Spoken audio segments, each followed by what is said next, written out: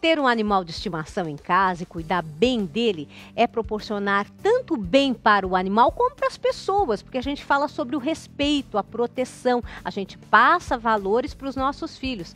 Então, além de cuidar da higiene, alimentação, aquela correria toda, nós recebemos muito carinho. O carinho também nós devemos oferecer para os animais, porque é imprescindível para que o animal se torne de fato um companheiro de todas as horas para a família. E nós estamos aqui conversando com o Marco Ciampi, que faz parte da ONG Arca Brasil e que está nos dando dicas de como a gente pode se beneficiar deste convívio maravilhoso com os bichinhos de estimação.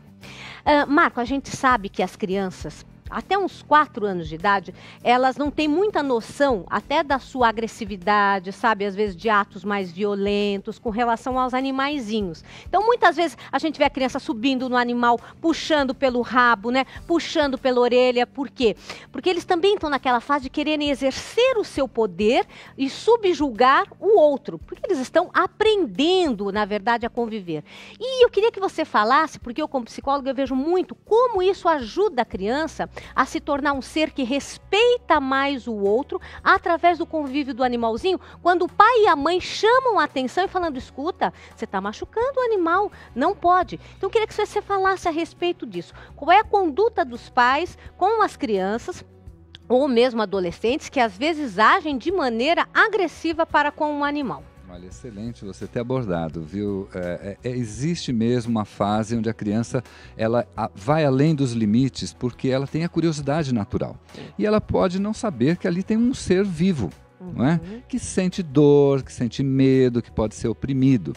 Então, cabe à família aproveitar esse momento, observar o que está acontecendo e já passar os valores de respeito ao próximo através de um outro ser vivo. Não é? Nós sabemos que quando isso não é feito e a criança avança esses limites, isso pode ter implicações na fase adulta seríssimas. Perfeito.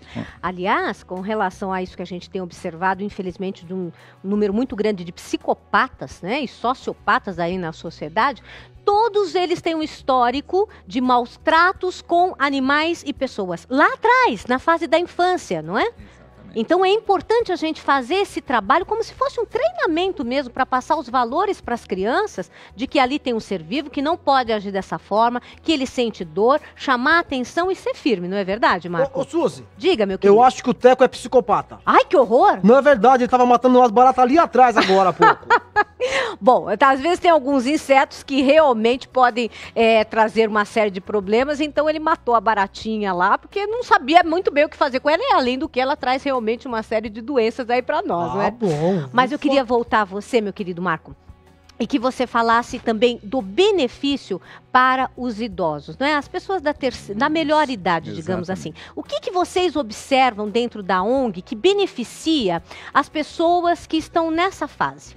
Olha, exatamente. Após as crianças, é na terceira idade ou na melhor idade o momento onde há o maior convívio com os animais. Você tem mais o tempo para isso. Né? Então, é observado, inclusive, um grau de socialização. Ele se relaciona com aquela sociedade em volta ao passear com o seu animal, ao cuidar, ao ter uma história, o que ele fez de diferente hoje. Né? Os filhos já se foram, estão vivendo suas famílias, os netos pouco ele vê, então ele precisa daquela relação cotidiana, isso é fantástico para a terceira idade. Né? Inclusive, animais também de terceira idade, como nós já começamos a observar, a adoção de animais já adultos para as pessoas adultas ou já indo para a terceira idade. Você falou sobre adoção, que eu acho uma coisa muito importante para a gente abordar, porque como eu falei no início do programa, muitas pessoas dizem, um animalzinho custa caro, então não vou comprar. Ok, você pode ter essa opção de não comprar, mas pense na adoção. Quais são os benefícios da adoção para a pessoa que está tendo esse gesto? Então, Suzy, existe um grande excedente de animais na sociedade, né? E nós temos hoje, felizmente, muitos centros de controle de zoonoses do país que já oferecem animais de excelente qualidade. São animais que buscam e precisam de uma segunda chance.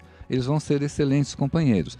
Além disso, existem as ONGs de proteção que fazem cada vez mais feirinhas de adoção, começa a se tornar tradicional essa atitude. Então, realmente, nós estimulamos que ao invés de comprar, a pessoa pense na adoção, porque existe ali um ser carente e que está aguardando uma nova chance para ser feliz e fazer pessoas felizes. Com certeza.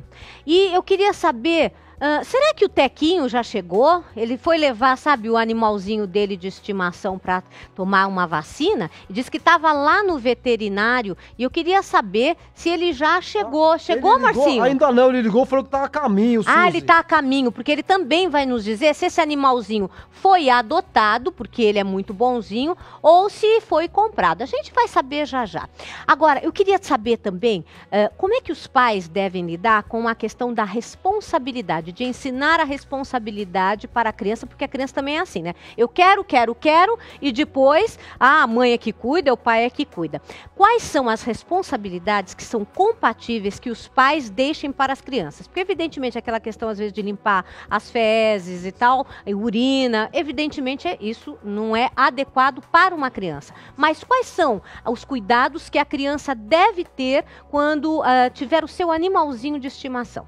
Olha, progressivamente, a partir dos 5 anos de idade, que é a idade que nós estimulamos que seja considerado trazer o animal para uma família, ele pode ser ensinado a dar para o animal, inclusive colocar a comida, por Muito exemplo. bem, concordo plenamente. Zelar ali pela higiene básica ali do espaço, poder escovar o animal.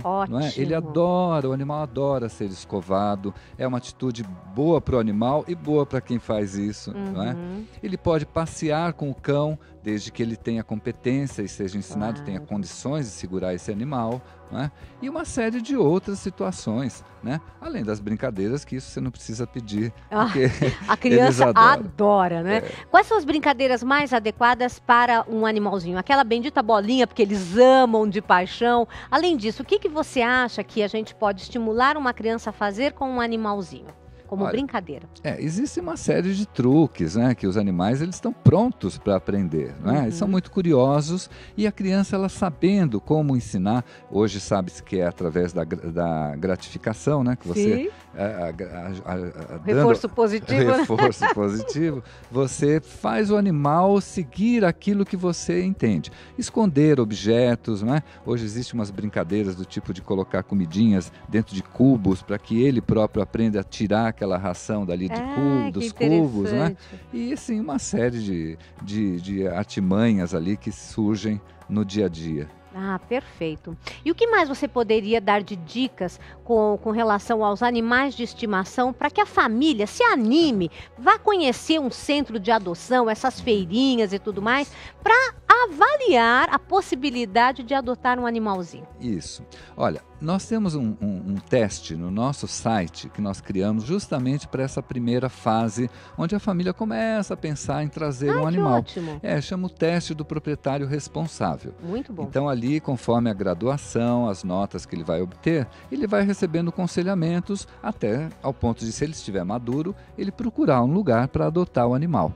No Centro de Controle de Zoonoses, em São Paulo, por exemplo, são mais de 300 animais que estão aguardando, e animal de todo tipo, todas as características, que inclusive a pessoa pode hoje, nos domingos, ir fazer o passeio com esses animais como voluntário. Ah, que ele ótimo! Pode ir lá, passear, exercitar o animal, e com isso ele vai, quem sabe, ganhando afinidade com algum deles. Perfeito. Opa, dessa ideia eu gostei, viu, Suzy?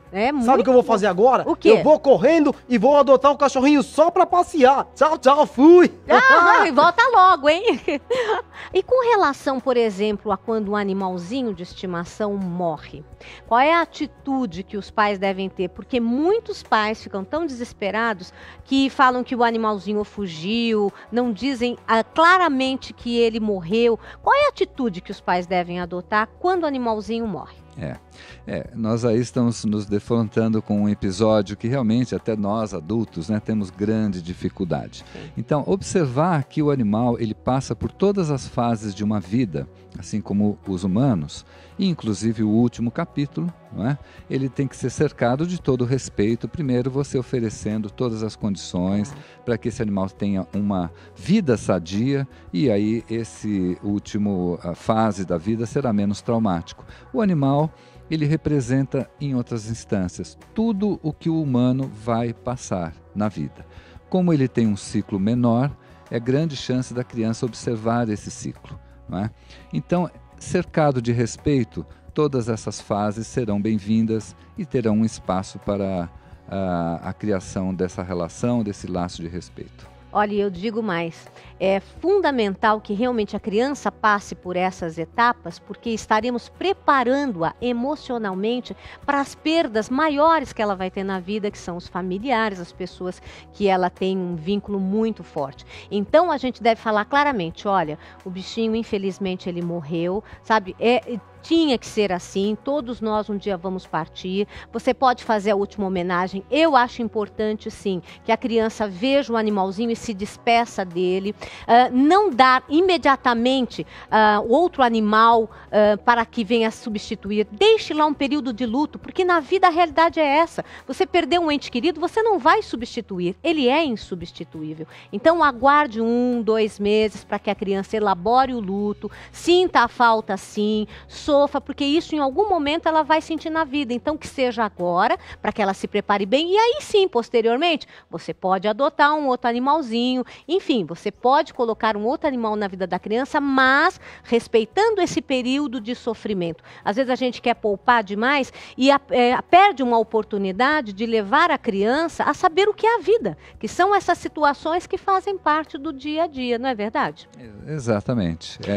E às vezes também eu vejo que tem agora os cemitérios também, não é verdade? Para os animaizinhos de estimação. Tem uma série... Olha, e não é possível, então... Quando o animalzinho morre, o melhor e o ideal é levar até o veterinário o corpinho do animal para que seja, então, cremado? Exato. Como você lembrou, hoje existem crematórios, inclusive, existem os cemitérios, e na falta dessa atitude, existe o veterinário que pode receber ali o animal e ele vai fazer o encaminhamento correto desse animal, desse corpo de animal. Perfeito.